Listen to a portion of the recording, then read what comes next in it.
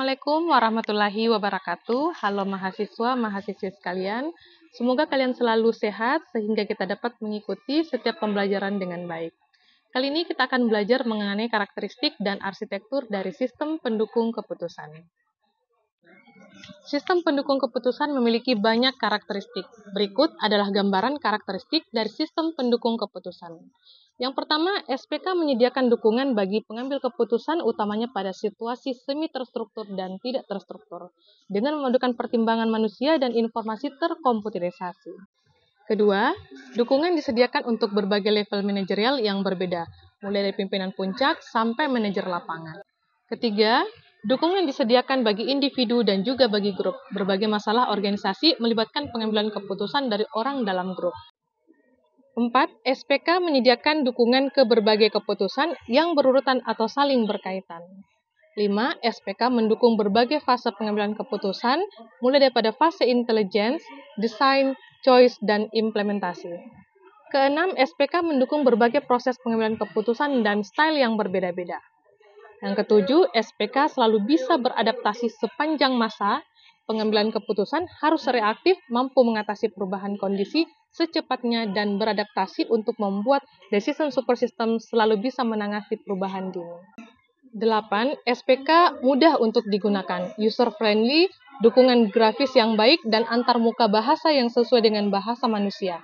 Dapat meningkatkan efektivitas sistem pendukung keputusan. 9. SPK mencoba untuk meningkatkan efektivitas dari pengambilan keputusan, akurasi, jangka waktu, dan kualitas. Lebih daripada efisiensi yang bisa diperoleh seperti biaya pembuatan keputusan, termasuk biaya penggunaan komputer. 10. Pengambil keputusan memiliki kontrol menyeluruh terhadap seluruh langkah proses pengambilan keputusan dalam menyelesaikan masalah. 11. Pemakai dapat mengembangkan dan memodifikasi sesuai kebutuhan dan begitu selanjutnya dalam proses pengembangan dan peningkatan decision support system secara berkelanjutan. 12. SPK biasanya mendayagunakan berbagai model seperti standar atau sesuai keinginan user dalam menganalisis berbagai keputusan. 13. SPK menyediakan akses berbagai sumber data, format, dan tipe, mulai daripada SIG sampai berorientasi objek. Dan 14. SPK dapat melakukan berbagai stand-alone tools yang digunakan oleh seseorang pengambil keputusan pada satu lokasi atau didistribusikan pada satu organisasi keseluruhan dan beberapa organisasi terkait. Adapun level dari teknologi sistem pendukung keputusan terdiri dari Specific Decision Support System, yaitu sistem yang bertujuan untuk membantu memecahkan masalah dengan karakteristik tertentu seperti sistem grafik interaktif dalam penilaian perencanaan produksi. Selanjutnya, level Decision Support System Generator, yaitu paket software yang memungkinkan pembuatan SDSS dengan cepat dan mudah. Contohnya, Nomad, Lotus, dan juga Excel.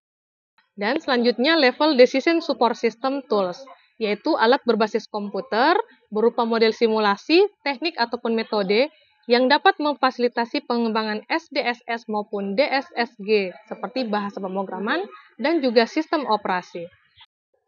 Terdapat 5 pihak yang terlibat dalam pengembangan DSS.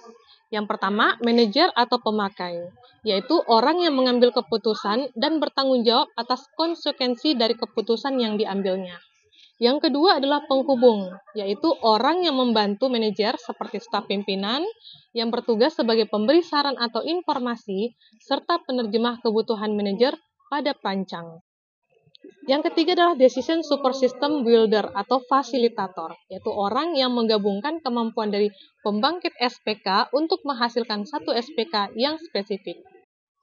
Yang keempat, Technical Support, yaitu orang yang bertugas untuk mengembangkan kemampuan atau menambahkan komponen sistem informasi tambahan sebagai bagian dari pembangkit SPK. Penambahan database baru, model analisis baru, dan format tampilan data tambahan. Yang kelima, pengembang software atau toolsmith, yaitu orang yang berfungsi mengembangkan teknologi, bahasa perangkat lunak, dan perangkat keras baru, serta menghubungkan ke berbagai subsistem lainnya. Arsitektur sistem pendukung keputusan dapat digambarkan sebagai berikut. Terdapat 4 komponen dalam sistem pendukung keputusan, yaitu manajemen data atau database manajemen, manajemen model atau model manajemen, pengetahuan atau knowledge dan antarmuka pengguna atau user interface. Data manajemen membackup database yang mengandung data relevan dan diatur oleh sistem yang disebut dengan database management system. Model manajemen melibatkan model finansial, statistikal, manajemen sains, atau berbagai model kuantitatif lainnya sehingga dapat memberikan ke sistem satu kemampuan analitis dan manajemen software yang diperlukan. Knowledge merupakan subsistem opsional yang dapat mendukung subsistem lain atau bertindak sebagai komponen yang berdiri sendiri. Kemudian, user interface merupakan media interaksi antara sistem dengan pengguna, sehingga pengguna dapat berkomunikasi dan memberikan perintah pada SPK melalui subsistem ini. Pada gambar berikut, dapat kita lihat bahwa data manajemen subsistem terdiri dari DSS database, database management system, data directory, dan query facility. Selanjutnya dapat kita lihat bahwa model manajemen subsistem terdiri dari model base management system, model directory, model execution, integration, and command. Pada user interface, dialog subsistem diatur oleh software yang disebut dengan dialog generation and management system. Terdiri dari berbagai program yang mampu melakukan hal-hal antara lain, berinteraksi dengan berbagai dialog style yang berbeda, mengakomodasi user dengan berbagai peralatan input yang berbeda, menghadirkan data dengan berbagai format dan peralatan output, menyediakan antarmuka user ke database dan model base, membuat struktur data untuk menjelaskan output, kemudian menyimpan data input dan juga output, dapat mendukung komunikasi di antara user dan pembuat DSS, menyediakan fleksibilitas dan dapat beradaptasi sehingga DSS mampu untuk mengakomodasi berbagai masalah dan teknologi yang berbeda. DSS yang lebih canggih dilengkapi dengan komponen yang disebut dengan knowledge management. Komponen ini menyediakan kepakaran yang diperlukan untuk menyelesaikan berbagai aspek dari satu masalah dan atau menyediakan knowledge yang dapat meningkatkan operasi dari komponen DSS lainnya. Komponen knowledge management terdiri dari satu atau beberapa expert system, seperti halnya data dan model manajemen.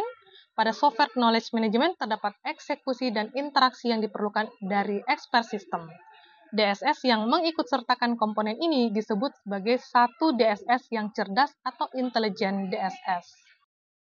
Demikianlah materi kita pada hari ini. Terima kasih atas perhatiannya. Assalamualaikum warahmatullahi wabarakatuh.